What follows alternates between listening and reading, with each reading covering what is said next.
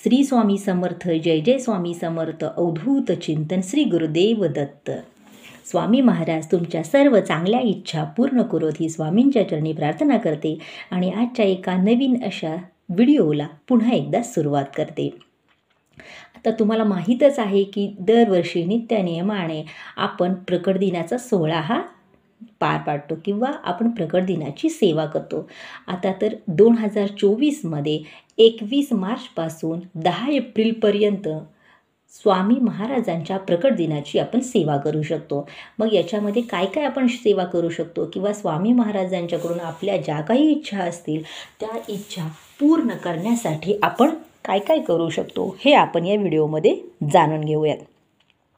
तर बघा, प्रथम तुम्हाला जी सेवा करायची आहे ती सर्वात आवडती सेवा आणि अतिशय प्रभावी सेवा असेल ती म्हणजे स्वामी चरित्र सारामृताचं पठण असेल. म्हणजेच तुम्हाला 21 एप्रिलपासून 10 मार्चपर्यंत 21 दिवस ही सेवा करायची आहे.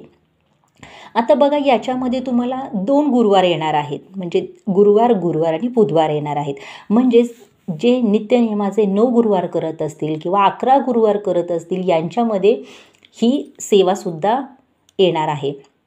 मग तुम्हाला काय करायला हवं, तर तुम्ही जसं 21 दिवसाचं पारायण करणार आहात किंवा पठण करणार आहात, याच्यामध्ये 2 गुरुवार आल्यामुळे गुरुवारी तुम्हाला 2 वेळा पाठ वाचायला पाहिजेत. कारण तुमची 9 गुरुवारची सेवा किंवा 11 गुरुवारची सेवा ही वेगळी सेवा आहे आणि प्रकट दिनाची सेवा ही सुद्धा वेगळी आहे. म्हणजेच तुम्ही सलग 21 दिवस 21 पाठ म्हणजेच 21 पारायणं तुम्ही स्वामी चरित्र सारामृताची करू शकता. त्याच्यानंतर याच्याबरोबरच तुम्हाला काय करायचं आहे, तर आता तुम्ही म्हणाल की जेव्हा आपण पारायणाची सुरुवात करतो किंवा आपण पाठ करतो तर तुम्हाला त्याच्यामध्ये काय काय पाळावं लागेल, तर लक्षात घ्या. पहिली गोष्ट म्हणजे 21 दिवस मांसाहार हा पूर्णपणे वर्ज्य पाहिजे. तुम्ही ब्रह्मचर्याचं पालन केलं तरी चालेल, नाही केलं तरी चालेल बघा, पण मांसाहार हा तुम्हाला कडकडीत पाळावाच लागेल. स्वामी महाराजांची पोथीची पूजा करा, फोटोची पूजा करा आणि तुम्ही संकल्प करून सुरुवात करा. आता संकल्प कसा करायचा आहे, तर एका हातामध्ये उजव्या हातामध्ये आपल्याला थोड्यासा अक्षदा घ्यायचा आहे, त्याच्यावर थोडंसं पाणी, तांदूळ, त्याच्यामध्ये थोडंसं गंध घालायचं आहे, फूल घालायचं आहे, तुम्हाला हळद कुंकू व्हायचं आहे आणि संकल्प करायचा आहे. पण समजा जर तुम्ही नेहमीचे गुरुवार करत असाल किंवा 11 गुरुवार करत असाल, 9 गुरुवार असेल, तर तुम्हाला संकल्प करताना अखंड 21 पाठाचं असं तुम्हाला संकल्प करायचं नाही आहे, का तर तुमचा सलग होणार नाही.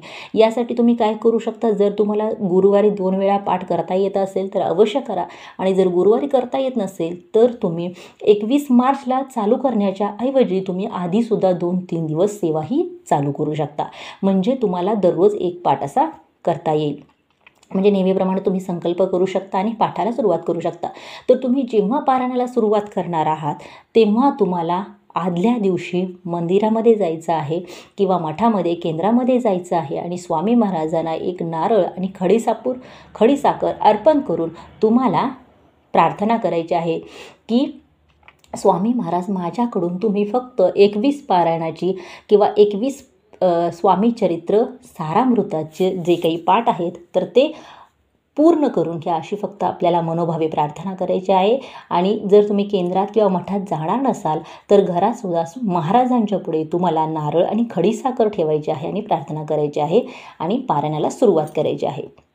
आता बघा, पारायण आपण करणार आहोत. माझं तर मत आहे प्रत्येकाने आवर्जून ही सेवा करा आणि स्वामींच्या ज्या काही सेवा आहेत तर त्या सेवा करून तुम्ही त्यांच्याकडून भरपूर असं म्हणजे जे आपण म्हणतो की आत्मिक समाधान आहे किंवा ज्याला मानसिक सुख आपण म्हणतो ते तुम्ही प्राप्त करून घ्या.